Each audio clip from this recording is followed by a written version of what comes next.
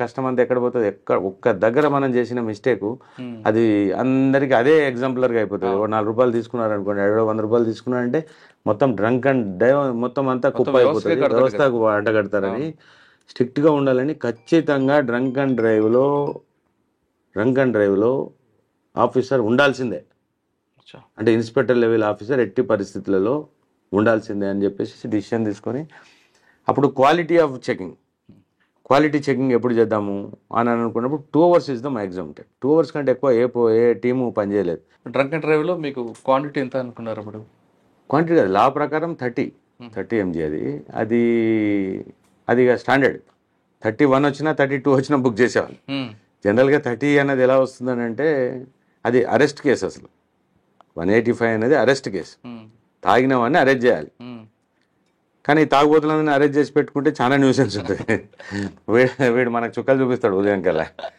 కాబట్టి దీనికి ఆల్టర్నేటివ్ చాలా గుర్తుంటాయి. చెప్పండి. మీ దాంట్లో మీ ప్రముఖ ఒక రిపోర్టర్, ఇక పేరెందుకు, ఇప్పుడు ఆయన ఇప్పుడు సంస్థకే అధిపతి. నా మీద మేము అంటే సాటిస్ఫాక్షన్ ఏంటంటే ఒక్క వ్యక్తిని కూడా వదలలేదు మొత్తం మా 2 years టర్మ్లో. ప్రముఖ వ్యక్తి ఏం లేదు, ఆయన మమ్మల్ని అది చేస్తానని నా మొత్తం డ్రైవ్ అంతా 2 గంటలు కెమెరా పెట్టుకుని కూర్చున్నాను. అంటే ఎక్కడ దొరికాడు మీకు? అక్కడ ప్యాట్నీ దగ్గర ఉంటుంది కదా, ప్రముఖ ఫేమస్ చేశాడు. నేను నవ్వి చెప్పా, నువ్వు కింద పడి పోయినా మీద నా పని నేను చేసుకుంటానులే. అంటే ట్రాఫిక్లో ఈ డైలాగులు బాగుంటాయి. నేను 24 గంటల్లో ట్రాన్స్ఫర్ చేయిస్తాను, 2 గంటల్లో నువ్వు ఆదిలాబాద్లో ఉంటావు, కరీంనగర్ ట్రాన్స్ఫర్ చేపిస్తాను, ఈ డైలాగులు కామన్గా వస్తుంటాయి. పని చేస్తుంటది కదా, 2 గంటలు కాదు కదా, 2 సంవత్సరాలైనా వాడు మమ్మల్ని ఏం చేయలేడన్న సంగతి మాకు తెలుసు. అది దిగిన తర్వాత ఆయనకి తెలుస్తుంది, వాడికి మన కెపాసిటీ తెలుసు. అంటే జనరల్గా ఏముంటుందంటే ట్రాఫిక్ నిజం కూడా ఆ 2 hours is the qualitative time for doing the drunk and drive. అంతకంటే ఎక్కువ చేస్తే క్వాలిటీ దెబ్బతింటుంది. అంటే మేము అంత అటెంటివ్ ఉండలేదు. ఎంత ఉండాలి క్వాంటిటీ అంటే దొరికిన వ్యక్తులు? అంటే దానికా అంటే అది 30 ml మనం ఊదినప్పుడు 30 దాటింది అనుకోండి వాడు బుక్ అయినట్టే. కొంతమంది 300 కూడా దొరుకుతాయి కదా. చాలా అంటే 100 దాటిందంటే అబ్నార్మల్. అది 100 దాటిందంటే అబ్నార్మల్. ఎంత తాగితే దొరుకుతుంది అంటే? ఒక బీర్ తాగితే 30 వస్తుందా, క్వార్టర్ వేస్తే 30 వస్తుంది? అంటే ఇది ఎలా ఉంటుందంటే స్టాండర్డ్ ఏమి ఉండదు. ఇప్పుడు మీరు ఒక బీర్ తాగితే మీకు రాకపోవచ్చు, నేను ఒక బీర్ తాగితే నాకు రావచ్చు. ఎందుకు? అది మన ఇంటెస్టైన్ సిస్టమ్స్ అన్ని. ఇప్పుడు గ్యాస్ట్రిక్ ఉందనుకోండి నా బాడీ, అసిడిటీ ఉన్న నా బాడీ ఎక్కువ వస్తుంది. అసిడిటీ ఏం లేదు, మీకు మంచి స్వీకరించే శక్తి ఉందనుకోండి తక్కువ వస్తుంది మీకు. కొంతమంది ఆర్గ్యూ చేస్తుంటారు కదా, ఒక బీర్ తాగాను, అది డిఫరెంట్ అవుతుంది. ఇప్పుడు ఒక బీర్ ఒకరికి రావచ్చు, ఒకరికి రాకపోవచ్చు. శాస్త్రమే, అది అందరికీ ఒకలానే పనిచేయాలని. ఇప్పుడే నేను ఉదయం తాగాను, రాత్రి ఒక్కసారి వస్తుంది, నిజం కూడా కొద్దిగా లేట్ అయినా వస్తుంది. అసిడిక్ బాడీ ఉంటే కొద్దిగా లేట్ అయినా వస్తుంది. కాబట్టి ఆ కొంత డిస్క్రియేషన్ తీసుకుందామా అని అనుకుంటే మాకు డిస్క్రియేషన్ అవకాశం ఇస్తే మళ్ళీ తప్పుదారి పడుతుంది. ఇది మా వాళ్ళకి ఇప్పుడు పోలీసులకి తాగిన తర్వాత పోలీసులకు దొరకకుండా వెళ్ళంటే ఎంత తాగమంటారు? జనరల్గా 1.5 పెగ్ అయితే రాదండి. 1 పెగ్ రాదు. అంటే 1 పెగ్ మీన్స్ 60 mg వరకు రాదు జనరల్ బాడీ. అంటే రాదు అంటే ఏదో సైంటిఫిక్గా చెప్పినట్టు కాదు. రాదు అంటే మళ్ళీ అదే సేమ్ ఇంకొక బాడీకి వస్తుంది. అదే జనరల్గా అయితే ఈ 2 పెగ్స్ దాటిన వాళ్ళు ఖచ్చితంగా వస్తుంది. బీర్ తాగితే బీర్ ఇంకెక్కువ వస్తుంది. బీర్ అసిడిక్, అది ఎక్కువ గ్యాస్ట్రిక్ ఉంటుంది కాబట్టి అది ఎక్కువ వస్తుంది. అసలు తాగకుండా ఏ ప్రాబ్లం లేదు, అసలు ఏ ప్రాబ్లం లేదు, హ్యాపీ. కానీ అంటే ఇది మళ్ళీ కొద్దిగా డైల్యూట్ అయింది. ఇది డ్రంక్ అండ్ డ్రైవ్ ఫస్ట్లో ఇప్పటికీ అంటే భయం ఉంది పబ్లిక్లో. ఎవడు కూడా అంత ఈజీగా ఫర్ గ్రాంటెడ్ ఏం లేరు. దీంట్లో ఏముందంటే అండి, 2 అంటే అరెస్ట్ సెక్షన్ ఇది 185. దీనికి ఆల్టర్నేటివ్ ఏం చేసామంటే మన దగ్గర ఎలానో జనరల్గా డాక్యుమెంట్ ఉండదు. డాక్యుమెంట్ లేనందుకు గాను మేము వెహికల్ సీజ్ చేస్తాం. వెహికల్ సీజర్ ఇది under 207. But having knowledge of the 2013 చెప్తున్నా. అప్పుడు అదే ఎంవీ యాక్ట్. ఇప్పుడు కూడా అదే ఎంవీ యాక్ట్. అప్పుడు ఉన్నది ఏంటి, 207లో సీజర్ చేసేవాళ్ళం. సీజర్ చేసినప్పుడు ఏమైందంటే సీజర్కి 4 నిబంధనలు ఉంటాయి. అంటే వయలేషన్ ఆఫ్ సెక్షన్ 3, 4, 39 అండ్ 192 ఇవి కొన్ని సెక్షన్స్ ఉంటాయి. వాటి వయలేషన్స్కే మేము సీజ్ చేసేస్తాం. సీజ్ చేసినప్పుడు అది 3 days లోపల ఏదో చేయాలి. ఆ తతంగం అంతా ఉంటుంది లేండి. అది కొద్దిగా మేము కూడా మా సైడ్ నుంచి కాస్త ఎక్సెస్ అయ్యి సమాజాన్ని ఉద్ధరించే క్రమంలో అది మాకు కాస్త కోర్టు నుంచి పడి మేము కొద్దిగా డీల్ అయిపోయాం.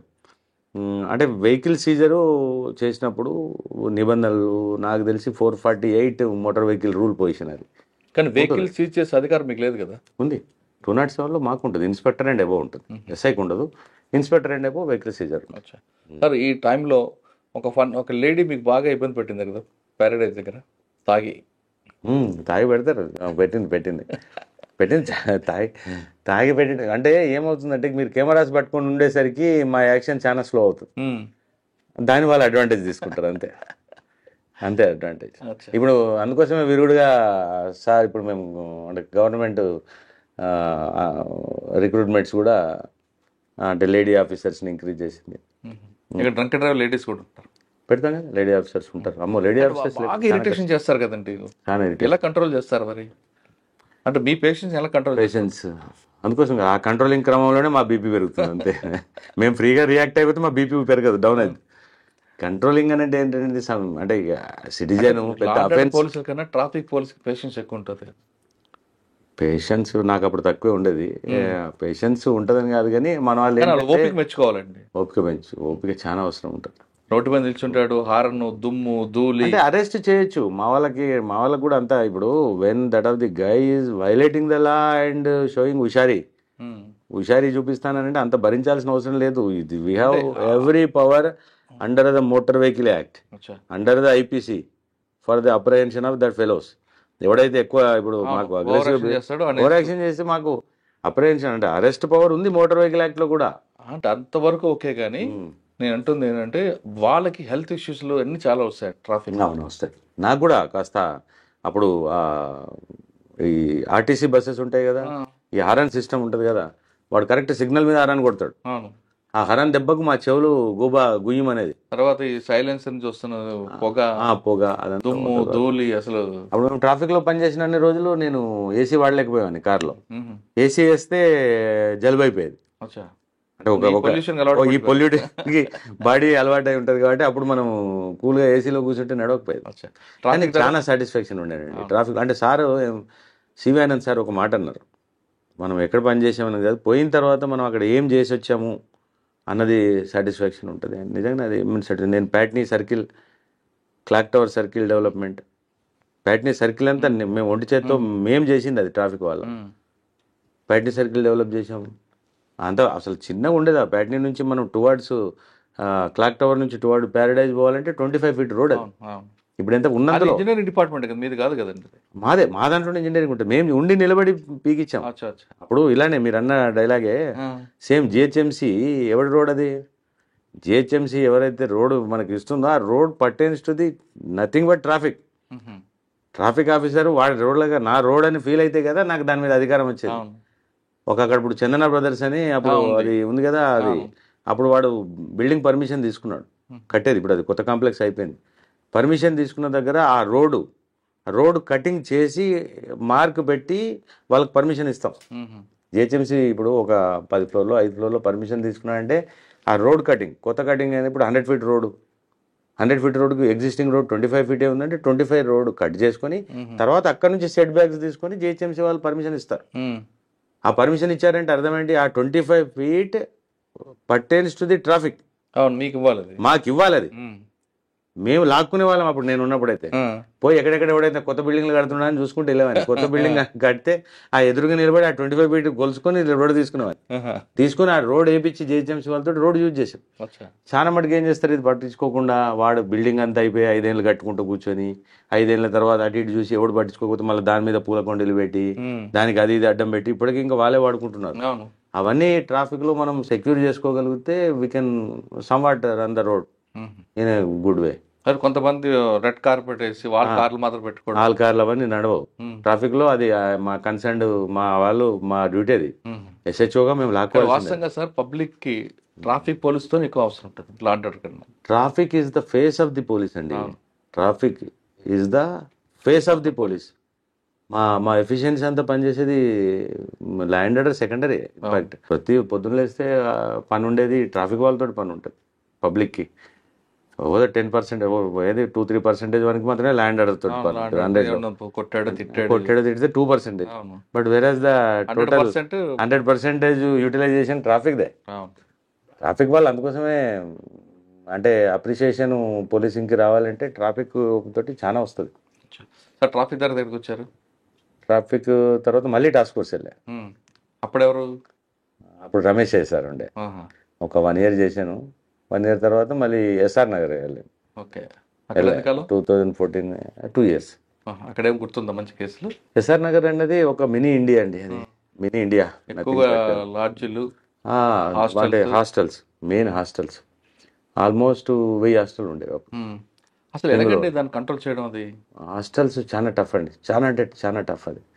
అది 1000 మంది ఎవడో వస్తాడు, ఎవడో పోతా ఉంటాడు. దానికోసము ఉన్నంతలో ఏదో అప్పుడు మీటింగ్లు పెట్టి వాళ్ళకి ఏదో సీసీ కెమెరాస్ పెట్టి రికార్డ్స్ పెట్టి ఆధార్ కార్డులు తీసుకోవాలని ఏదైనా తిప్పలు పడేది.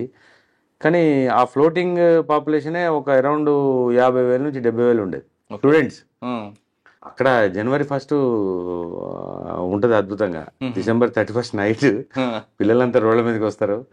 హారిబుల్ ఉంటుంది అక్కడ.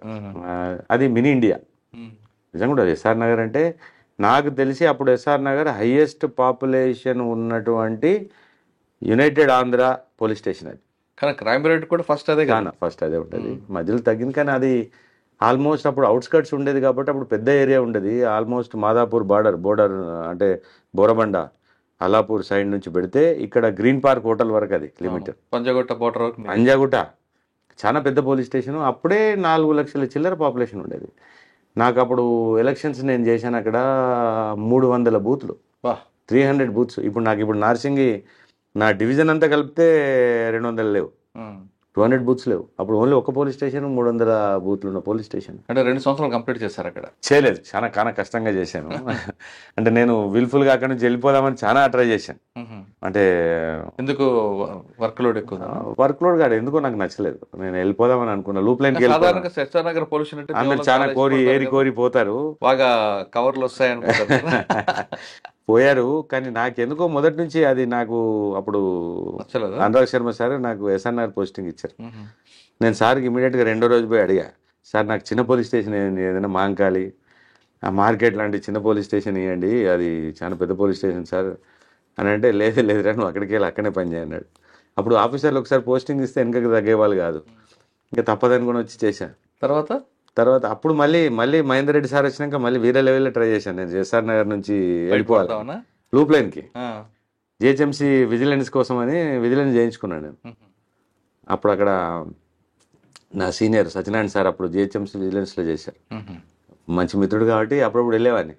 ఆ కంఫర్ట్ అనిపించింది. అది చాంబర్ గట్రా బాగానే ఉండేది.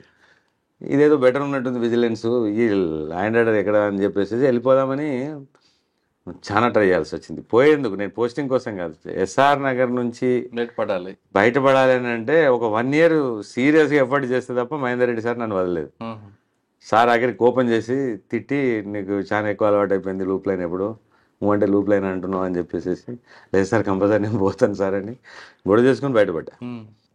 ఎస్ఆర్ నగర్ కూడా పెద్ద పోలీస్ స్టేషను, అన్ని మతాలు అక్కడ ఏముంది. మినీ ఇండియా సిక్ కమ్యూనిటీ పెద్దగా ఉంటుంది. లోకల్ తెలంగాణైట్స్, ఆంధ్ర, ముస్లిమ్స్, సుల్తాన్ నగర్, ఎర్రగడ్డ అదంతా ముస్లిమ్స్. చాలా అన్ని బాగుంటాయి కానీ అక్కడ ఒకటే హాస్టల్ నుంచి డబ్బులు వస్తాయి అనేది ఎక్కువ వెళ్తుంటారు చాలా మంది. డబ్బులు వస్తాయి సార్, డబ్బులు తీసుకోవాలనుకున్నాడు ఎక్కడన్నా వస్తాయి. మీకు ఇంకోటి చెప్తున్నాను, పోలీసులో ఫ్యాక్టర్, తీసుకోను అన్నోడికి ఎక్కడ రాదు. చాతగానోడికి అంటే అంటారు చూడండి, ఆడు ఏడున్నా ఇప్పుడు తైలంబు తీయవచ్చు అనే టైపులో వాడు తీయాలనుకున్నాడు ఎక్కడ చేసి కమాటిపుర కాలపత్తాలు కూడా సంపాదించిన వాళ్ళు ఉంటారు. కాస్త ఏమంటారు షాన్కి వాల్యూ ఇస్తే రాదు, ఎక్కడ ఉన్నా రాదు. వాల్యూ ఎక్కువ, హ్యూమన్ వాల్యూస్. మనం పనిచేసిపోయిన దగ్గర మనకున్న విలువ ఏంటి అన్న దాన్ని బట్టి ఆధారపడి ఉంటుంది. ఎస్ఆర్ నగర్ తర్వాత అదే జిహెచ్ఎంసీ విజిలెన్స్కి వచ్చాను. ఓకే. ఆడ ఆల్మోస్ట్ 1 year 8 months. ఆ క్రమంలో నాకు ఆ జిహెచ్ఎంసీ విజిలెన్స్ కూడా ఒక గుడ్ ఎక్స్పీరియన్స్. మంచి అంటే మున్సిపాలిటీ వాళ్ళు ఏం పని చేయరు, ఏదో అని మనం అన్ని ఎప్పుడైనా తిట్టాడు మున్సిపాలిటీలో పని చేస్తున్నావు అని అంటారు కదా, పోలీసులో పని చేస్తున్నావు మున్సిపాలిటీలో పని చేస్తున్నావు అంటాం. కానీ మున్సిపాలిటీ వాళ్ళు కూడా పాపం ఉదయం లేచి 4:30 నుంచి పని చేస్తారనేది అక్కడ పోయిన తర్వాత నేను చూశాను. ఈవెన్ డీసీస్, డిప్యూటీ కమిషనర్స్ కూడా 4 గంటలకు వాళ్ళు రౌండ్కి వెళ్తారు, రోడ్డు మీదకి వెళ్తారు. అక్కడ ఎంత ఫోర్స్, ఎంత అది 1000 ఫోర్స్ ఉంటుంది. ఆల్మోస్ట్ 12,000 మంది ఉదయం లేస్తేనే పారిశుద్ధ్య కార్మికులు రోడ్డు మీదకి వస్తే వాళ్ళని సూపర్వైజ్ చేసే ఎస్ఎఫ్ఏలు, వాళ్ళ మీద ఏఈలు, వాళ్ళ మీద డీసీలు చేస్తారు. కానీ అక్కడ బదనాం కారణం ఏంటంటే జిహెచ్ఎంసీలో మెయిన్గా ఈ టౌన్ ప్లానింగ్ వింగ్. ఆ టౌన్ ప్లానింగ్ వింగ్ కూడా ఏంటంటే వాళ్ళకి అక్కడ పెద్దగా మిషనరీ ఉండదు. మేము చూసాం కదా, టౌన్ ప్లానింగ్ మొత్తం జోన్కి అంతా కలిపి ఒక ఆఫీసర్ ఉంటాడు, AC, assistant commissioner of town planning, DPS. వాళ్ళు ఏంతుంటారు, 2-3 ఉంటారు. వాళ్ళు 4-5 కలిసి మొత్తం కలిపి జోన్ ఉద్ధరించడం అన్నది జస్ట్ ఇంపాసిబుల్. వాళ్ళు కూడా అక్కడ కరప్షన్ ఎందుకు అవకాశం ఎందుకు ఉంటుంది అంటే వీడు వీడు వీడు తప్పు చేస్తాడు కాబట్టి.